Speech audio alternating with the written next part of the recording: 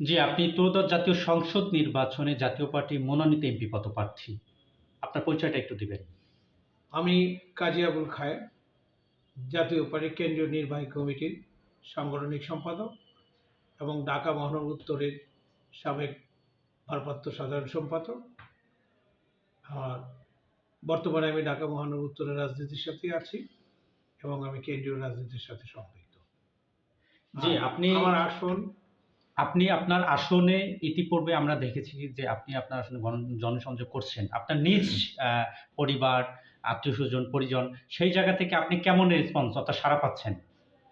আমি আমার নির্বাচনী এলাকার আমার পরিবার সবাই স্বতঃস্ফূর্তভাবে আমাকে সমর্থন দিচ্ছে এবং আমার পাশে কাজ করছে এবং আগামীতেও কাজ করবে, এই আশা আমি তাদের কাছে করছি এবং করব। জি, আপনার সংগঠনের নেতৃবৃন্দরা আপনার প্রতি কতটুকু আন্তরিক? আমার খিলগাঁও সবুজবাগ মৌজার ৩টি থানা, ১২টি ওয়ার্ড নিয়ে ঢাকা ৯ আসন, ১৮২ ঢাকা ৯, জাতীয় ১৮২ আর আসন হলো ঢাকা ৯। এইখানে আমার যারা জাতীয় পার্টির নেতাকর্মী আছে, যেহেতু আমি এইবারই তো নতুন, আমি গতবারও করেছিলাম।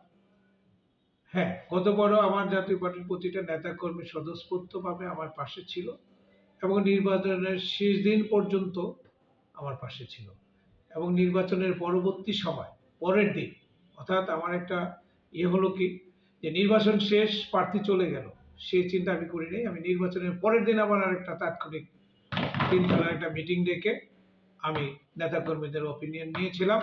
আমি আমার রেজাল্ট যাই হয়েছে সেটার উপরে সন্তুষ্টি প্রকাশ করে আমি মিটিং দিয়েছিলাম। সবাই স্বতঃস্ফূর্তভাবে আমার সাথে ছিল, গতবারও ছিল। আশা করি এইবার তার চেয়ে বেশি থাকবে।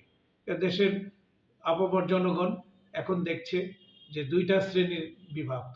জি, আপনি আপনার নির্বাচনীয় আসনে যদি আপনি বিজয়ী হন বা নির্বাচন করতে চাচ্ছেন, আপনার নির্বাচনী আসনে আপনার জনগণ আপনার কাছে কেমন প্রত্যাশা, কি প্রত্যাশা করে? আপনি কি দিবেন আপনার জনগণকে? জনগণকে আমি কি দিব? জনগণকে আমি দিব একটা সুন্দর আগামী ভবিষ্যৎ, যেটাকে আমি জনগণের পাশে থেকে জনগণের উন্নয়নমূলক কর্মকাণ্ডের সাথে সম্পৃক্ততা থাকব। বেকার সমস্যাগুলির প্রতি আমি গুরুত্ব দিব, যুব সমাজটার প্রতি আমি গুরুত্ব দিব। এই আমার আরো কিছু আছে, যেটা আমার ম্যানিফেস্ট যখন বের হবে, আমি আমার নির্বাচনী ইশতেহার যেই থাকবে, পাশে দলীয় ওটা থাকবে এবং আমারও ব্যক্তিগত একটা থাকবে, সেটার উপরে আমি আপনাদেরকে তখন প্রেস কনফারেন্স করে আমি তুলে ধরবো।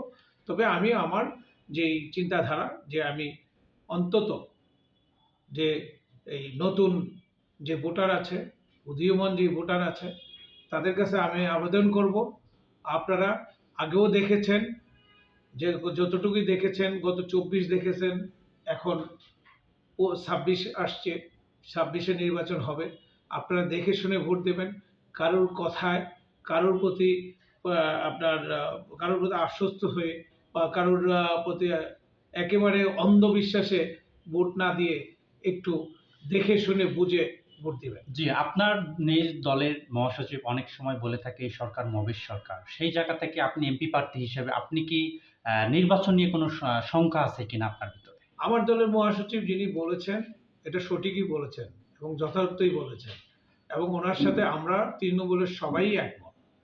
আপনি দেখেন, যেমন আমি একটু ছোট্ট একটা ঘটনাই তুলে ধরি, বগুড়ার ঘটনা। বগুড়ার আমাদের দলীয় কার্যালয় কিছু নামধারী মব সৃষ্টিকারী যে লোকেরার মাধ্যমে আমাদের বগুড়ার অফিসটাকে তারা দখল করে তাদের নিজের ইচ্ছা মতো একটা ব্যানার ফেস্টুন লাগাই দিয়েছে।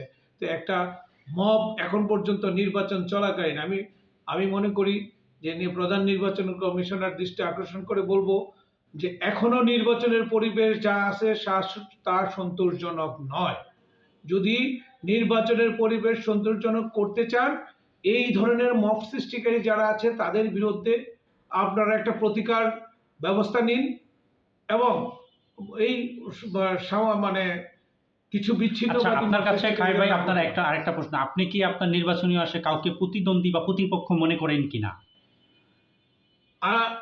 একটা নির্বাচন করতে গেলে বা যেকোনো একটা মানে করতে গেলে, প্রতিযোগিতা করতে গেলে প্রতিযোগী হয়। কাউকে ভিকটিম বা কাউকে মানে অবহেলা করার কোনো সুযোগ নাই। প্রতিযোগিতা করতে হলে ফার্স্ট ফেল হলো পরের হিসাব, জনগণ বেছে নেবে কাকে ভোট দিবে না দিবে। আপামর জনগণ যাকে মনে করবে যে দক্ষ এবং তার পূর্বের পরিচয় কি, তার পূর্বের দলের পরিচয় কি, কোন দল দেশটা পরিচালনা করেছেন।